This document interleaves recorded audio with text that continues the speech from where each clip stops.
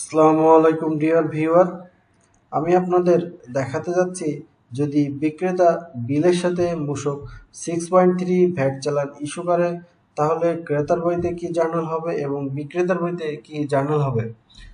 আমরা ধরে নিচ্ছি একটি ইনক্লুসিভ টিডিএস এবং ভিডিএস এর কনসালটেন্সি ফি হচ্ছে 1,15,000 টাকা।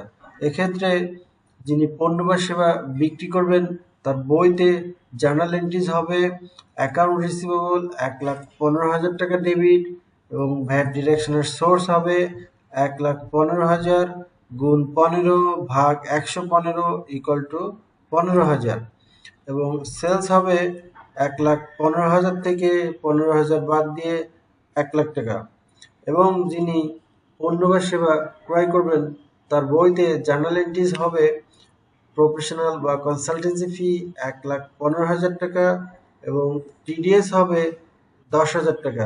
এক্ষেত্রে টিডিএস 10,000 টাকা বের করার জন্য আগে বেস ভ্যালু বের করতে হবে। তো আমরা আগে শিখেছিলাম যে বেস ভ্যালু বের করার জন্য আগে প্রথমে ভ্যাট বের করতে হবে। সুতরাং ভ্যাট বের করার জন্য 1,15,000 গুণ 15 ভাগ 115 ইকুয়াল টু 15,000। সুতরাং বেস ভ্যালু হবে 1,15,000 থেকে 15,000 বাদ দিলেই হবে 1,00,000 টাকা। এই 1,00,000 টাকার উপর ডাইরেক্ট 10% 10,000 টাকা। এক্ষেত্রে প্রফেশনাল ফিস পেবল হবে 1,15,000 মাইনাস 10,000 ইকুয়াল টু 1,05,000 টাকা।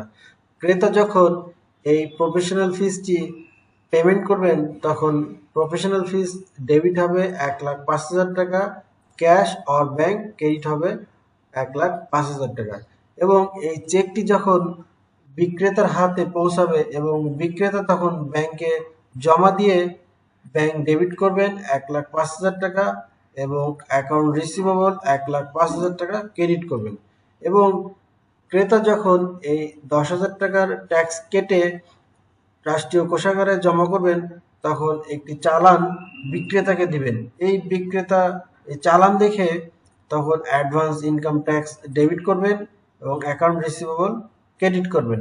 পক্ষান্তরে এই যে বিক্রেতা যে ভ্যাট চালানটি ইস্যু করেছিল এই ভ্যাট চালানের 15,000 টাকা রাষ্ট্রীয় কোষাগারে জমা করবেন।